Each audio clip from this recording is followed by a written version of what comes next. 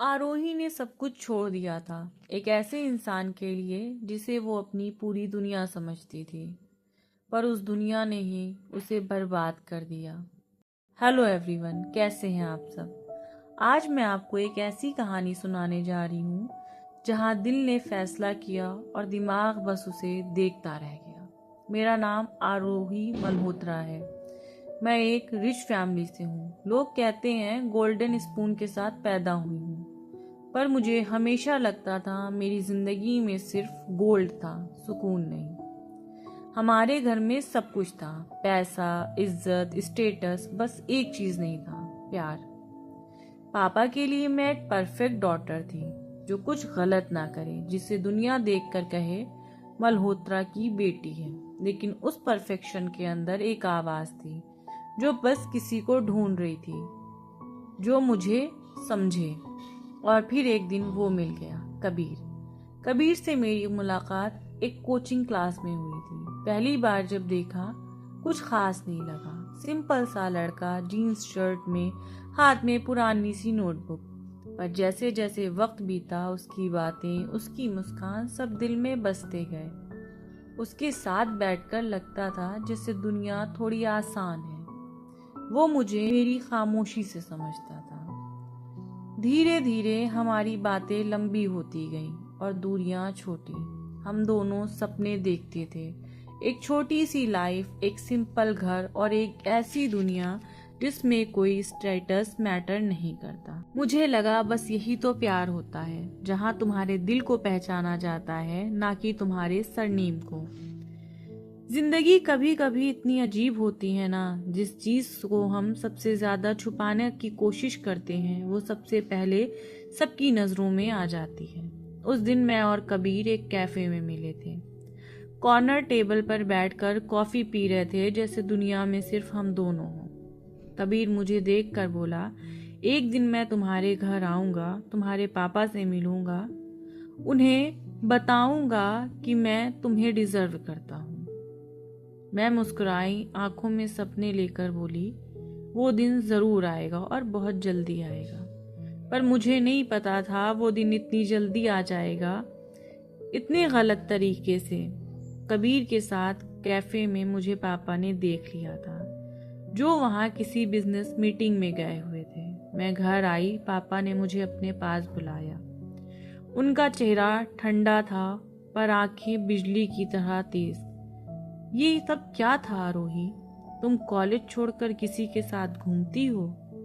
तुमसे मुझे ये उम्मीद नहीं थी। उनका टोन ऐसा था जैसे मैं कोई गुनाह कर चुकी हूँ। मैं बहुत डर गई थी। मैंने डर के बावजूद कहा, पापा, वो कबीर है, मेरा फ्रेंड। फ्रेंड? पापा की आवाज थोड़ी तेज हो गई। तुम मल्होत्रा हो, तुम्हारा रिश्ता शर्मा के लड़के से, जो 10,000 की जॉब करता है। इससे ज्यादा तो मेरे घर के एक सर्वेंट की सैलरी होती है। मेरे आंसू नहीं रुक रहे थे। पापा, वो बहुत अच्छा है, वो मुझे समझता है, मेरी फिक्र करता है, मैं खुश हूँ उसके साथ। पापा ने गुस्से से टेबल पर हाथ मारा। खुशी? तुम्हें लगता है खुशी ये होती है? मिडिल क्लास लड़के सिर्फ अपने फायदे के लिए अमीर घर की लड़कियों को पसंद करते हैं। उनके पास ना लेवल होता है और ना ही स्टेटस, लेकिन उनके पास दिल तो होता है पापा। मुझे नहीं पता था मेरे मुंह से ये लफ्ज निकल जाएंगे। पापा ने ठंडी नजर से मेरी तरफ देखा। आज के बाद उस लड़के से कोई बात नहीं करोगी, तुम कॉलेज भी नहीं जाओगी, तुम मल्होत्रा हो, और मल्होत्रा की लड़कियां बेवकूफियां नहीं करती। उस दिन के बाद मेरी जिंदगी कैद हो गई, जैसे मैं कोई क्रिमिनल हूँ। एक दिन मैंने अपनी मेट कुसुम को चुपके से बुलाया। उससे कहा, कुसुम, अगर मैं तुम्हें थोड़ा पैसा दूं, क्या तुम मेरे लिए एक छोटा सा फोन ला सकती हो? वो पहले तो बहुत घबरा गई, बहुत डर गई कि मालिक मुझे मार देंगे। फिर मैंने उसे प्यार से समझाया और कहा, ये सिर्फ एक दोस्त से बात करने के लिए है। मैं कसम खाती हूँ कुछ गलत नहीं करूँगी, तुम्हारा नाम नहीं आएगा। वो चुपके से मेरे लिए एक फोन लाई। मैंने उसे छुपा कर रख लिया। रात में जब सब सो जाते तो मैं चुपके से उससे बात करती। कबीर की आवाज मेरे लिए जिंदा होने की वजह बन गई थी। वो कहता, तुम्हें लेने आऊंगा आरोही, एक दिन सब कुछ पीछे छोड़ देना, तो मेरे साथ रहना। मैं बस इतना कहती, मैं तैयार हूँ कबीर, मुझे यहाँ से ले जाओ। वो हर बार कहता, थोड़ा सा इंतजार और कर लो आरोही, एक दिन सब ठीक हो जाएगा, घर वाले मान जाएंगे। लेकिन वो दिन कभी नहीं आया। मेरे घर वालों ने मेरी शादी राघव मेहता से तय कर दी, एक रिच फैमिली का लड़का जो एक सक्सेसफुल बिजनेसमैन था। मुझे लगा सब खत्म हो गया। उस रात मैंने कबीर को फोन किया, रोते हुए बोला, मैं ये शादी नहीं कर सकती। उसने कहा, तो फिर भाग चलते हैं आरोही, बस तुम मेरी बन जाओ। और मैं मान गई। अगली रात मैंने सब कुछ छोड़ दिया, अपना घर, अपनी इज्जत, अपना परिवार, सब कुछ। बस एक सूटकेस लिया और दिल में भरोसा लेकर भाग गई। मंदिर में छोटी सी शादी हुई। मैं रो रही थी, खुशी के आंसू थे। कबीर ने कहा, अब सब हमारा होगा, सब कुछ ठीक हो गया। मंदिर में शादी के बाद हम दोनों एक छोटे से होटल रूम में आए। मुझे लग रहा था अब सब प्रॉब्लम्स खत्म हो गई, अब सिर्फ हम दोनों हैं। दिल में एक अजीब सा सुकून था, जैसे सारे तूफान अब शांत हो गए हों। मैं उस रात बहुत खुश थी, जैसे जिंदगी ने सारे गम छुपा लिए हों। कबीर के साथ बिताए हर पल में मुझे मेरा अस्तित्व मिल रहा था। मैंने खुद को पूरी तरह उसके प्यार में डुबो दिया। उसकी बातों, उसके मुस्कान और उसके सपनों में खो गई। मुझे लगा अब कुछ भी गलत हो ही नहीं सकता, क्योंकि मैं अपने प्यार तक पहुंच गई थी। मैं उससे शादी कर चुकी थी। अगली सुबह मेरी आंख खुली तो मैंने देखा कबीर खिड़की के पास खड़ा था। मैं पीछे से उसके पास गई, उसके कंधे पर हाथ रखकर बोला, अब सब ठीक हो गया ना कबीर? वो चुप रहा। उसकी आंखें कहीं दूर कुछ तलाश कर रही थी। कुछ देर बाद उसने पूछा, आरोही, अब खर्चा कैसे चलेगा? मैंने हंस के कहा, हम मिलकर मैनेज कर लेंगे ना। तुम जॉब करते हो, मैं भी कुछ ढूंढ लूंगी, कोई जॉब तो मिल ही जाएगी। बस हम साथ हैं, यही जरूरी है। उसने एक ठंडी सांस ली, जैसे अंदर कुछ उबल रहा हो। मैनेज कर लेंगे, वो धीरे से बोला। तुम्हें लगता है जिंदगी इतनी आसान है? तुमने कभी रेंट दिया है? कभी बिल भरा है? तुम्हें लगता है सिर्फ प्यार से पेट भर जाता है? मैं थोड़ी घबरा गई। कबीर, मैं समझती हूँ, लेकिन हम मिलके क्या कर लोगी आरोही? वो पलट कर मुझे देखता है। उसकी आंखों में एक अजीब सा गुस्सा था। तुम तो एक दिन भी अपने कंफर्ट जोन के बिना नहीं रह सकती। तुम जैसी लड़कियों को स्ट्रगल का मतलब ही नहीं पता। उसके लफ्ज चुभने लगे। मैं धीरे से बोली, मैं तुम्हारे लिए अपना सब कुछ छोड़ कर आई हूँ, अपना घर, पैसा, सब। कबीर हंसा, एक ठंडी अजीब सी हंसी। और मुझे वही सब चाहिए था रोही। मेरी सांस अटक गई। मतलब? वो पास आया, मेरे चेहरे से बाल हटाए और बहुत ही खामोशी से बोला, तुमने अपना घर का पैसा, अपनी दौलत सब छोड़ दिया। मुझे कुछ भी नहीं मिला। मैं सोचता था तुम समझदार हो। मैं सोचता था तुम अगर मेरे साथ भाग कर आओगी तो बहुत सारा कैश और ज्वेलरी तो लाओगी ही, पर तुम तो बेवकूफ निकली, कुछ भी नहीं लेकर आई। मैं पीछे हटी, आंखों में आंसू आ गए। कबीर, तुम ऐसा कह रहे हो जैसे। उसने मेरी बात काटी, जैसे मैं तुम्हारे साथ पैसों के लिए था। तो हाँ था, मैं तुम्हारे साथ पैसों के लिए। तुम्हारे जैसी रिच लड़की के साथ रहने का मतलब था कंफर्ट, सिक्योरिटी, एक बेटर लाइफ। मुझे लगा था तुम्हारे पास सब कुछ होगा, पर तुम तो खाली हाथ आई हो। तुम अपने घर वापस चली जाओ। मैं तुम्हारी जिम्मेदारी नहीं उठा सकता, मुझ पर पहले ही कर्जा है। मैं रो पड़ी। उसका हाथ पकड़कर बोली, पर हमने शादी की है कबीर, तुमने सिंदूर भरा था। उसके चेहरे पर एक ठंडी सी हंसी आई। शादी? वो मेरी आंखों में देखकर बोला, वो फेरे, वो सिंदूर सब नाटक था आरोही। मैं तुम जैसी लड़की के साथ नहीं रह सकता जो अपनी दौलत छोड़ दे, जिसके पास पैसा ही नहीं, जिसके पास मेरे लिए कुछ भी नहीं। इस प्यार का मैं क्या करूँगा? उसने धक्का देकर मुझे खुद से अलग कर दिया। फिर उसने मेरा पर्स उठाया, उसमें से कैश निकाला और बोला, बिल पे कर देना, मुझे देर हो रही है। और वो बाहर चला गया। मैं वहीं गिर पड़ी। आंखों से आंसू बरस रहे थे, पर दिल बिल्कुल सूख गया था। मैं वहीं बेड पर बैठी थी, उस तकिए पे जहां कुछ देर पहले हम दोनों एक दूसरे के साथ जीने के सपने बुन रहे थे। वो पीलो अब भी उसकी खुशबू से भरा था, पर अब उस खुशबू में बेवफाई घुल गई थी। मैंने खिड़की से देखा, वो जा रहा था बिना एक बार मुड़कर देखे। मुझे लगा शायद वो रुक जाएगा, शायद मुझे गले लगाकर कहेगा, सॉरी आरोही, मैं तो मजाक कर रहा था। पर नहीं, वो चला गया मेरी दुनिया लेकर, मुझे अकेला छोड़कर, मुझे उजाड़ कर। मैं बेड से उठी, मैंने पर्स उठाया, उसमें कुछ नहीं था। कैश वो ले गया, कार्ड्स मैं लाई नहीं थी, और मेरी माँ की दी हुई चैन जो मैं पहन कर आई थी वो उसे भी लेकर गया था। मेरे हाथ कांप रहे थे, आंखों के सामने सब घूम गया।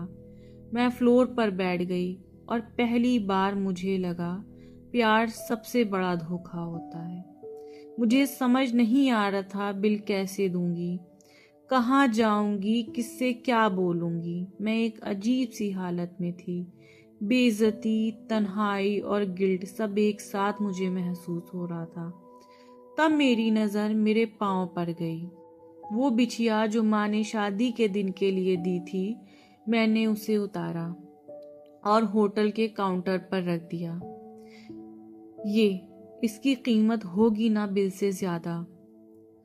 रिसेप्शनिस्ट कुछ नहीं बोल पाया। मैं बाहर निकली। रास्ते में सब मुझे देख रहे थे, घूर रहे थे, पर मैं उन सब से दूर थी। मैं रो रही थी, मैं खुद से दूर थी।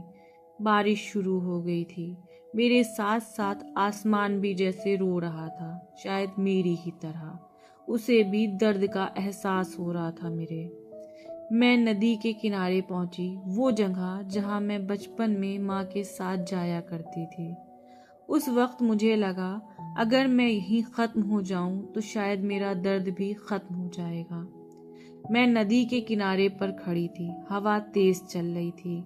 मेरा दुपट्टा उड़ रहा था, मेरे बाल उड़ रहे थे। मैंने आंखें बंद की। बस एक चेहरा सामने था, कबीर। वो वही मुस्कुराता हुआ चेहरा लेकर मेरे सामने खड़ा था, लेकिन आज उसकी मुस्कुराहट मुझे चुप रही थी। उसकी मुस्कुराहट के पीछे मुझे झूठ नजर आ रहा था। मैं आगे बढ़ने ही वाली थी, तब किसी ने मेरा हाथ पकड़ लिया। छोड़ो मुझे, मैंने चिल्ला कर कहा। तब एक शांत पर मजबूत आवाज आई, मैं छोड़ दूंगा तो तुम मर जाओगी आरोही। मैंने आंखें खोली और पीछे मुड़कर देखा। वो था आरव, वही लड़का जिसे मेरे माँ बाप ने मेरी शादी करने के लिए चुना था। उसकी आंखों में ना दया थी, ना जजमेंट, सिर्फ एक गहरी समझ थी। उसने मुझे देखा और कहा, चलो यहाँ से, सब ठीक हो जाएगा। मुझे बस इतना याद है, उसने मेरा हाथ थामा और उस पल मुझे लगा शायद मेरी जिंदगी मुझे एक और मौका दे रही है। राघव ने कुछ नहीं पूछा, ना क्यों, कहाँ, ना कैसे। बस मुझे अपनी कार में बिठाया और सीधा ले गया एक छोटे से फ्लैट में, जहाँ सब कुछ नॉर्मल था। पर नॉर्मल होना ही उस वक्त मुझे अजीब लग रहा था। उसने मुझे पानी दिया और कहा, चेंज कर लो, तुम यहाँ सेफ हो।